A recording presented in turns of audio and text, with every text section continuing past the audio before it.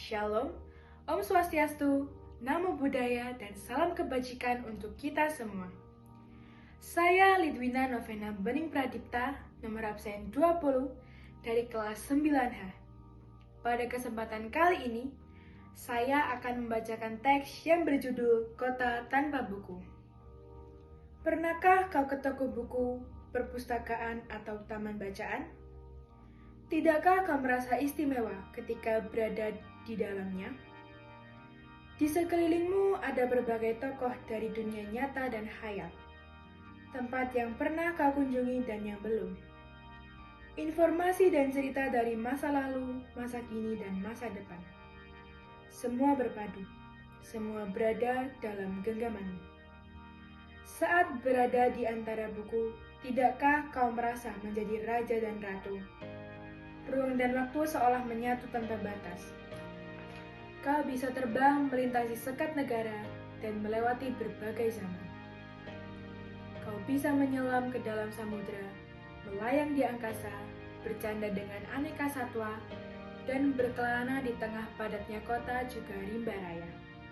Kau tahu, buku adalah jendela dunia, kunci pengetahuan, dan pintu wawasan.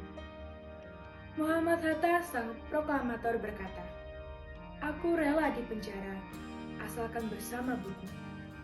Karena dengan buku, aku bebas." Melalui buku, manusia terbebas dari ketidaktahuan.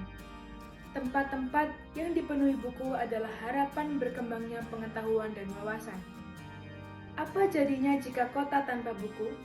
Pantaskah dia disebut kota?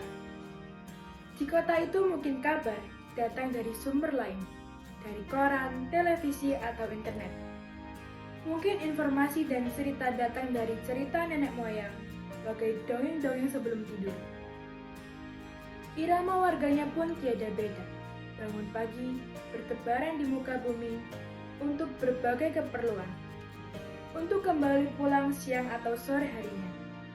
Setelah itu mereka berangkat tidur dan memulai lagi hari berikutnya. Semua serupa. Di kota itu mungkin ada bangunan bernama perpustakaan.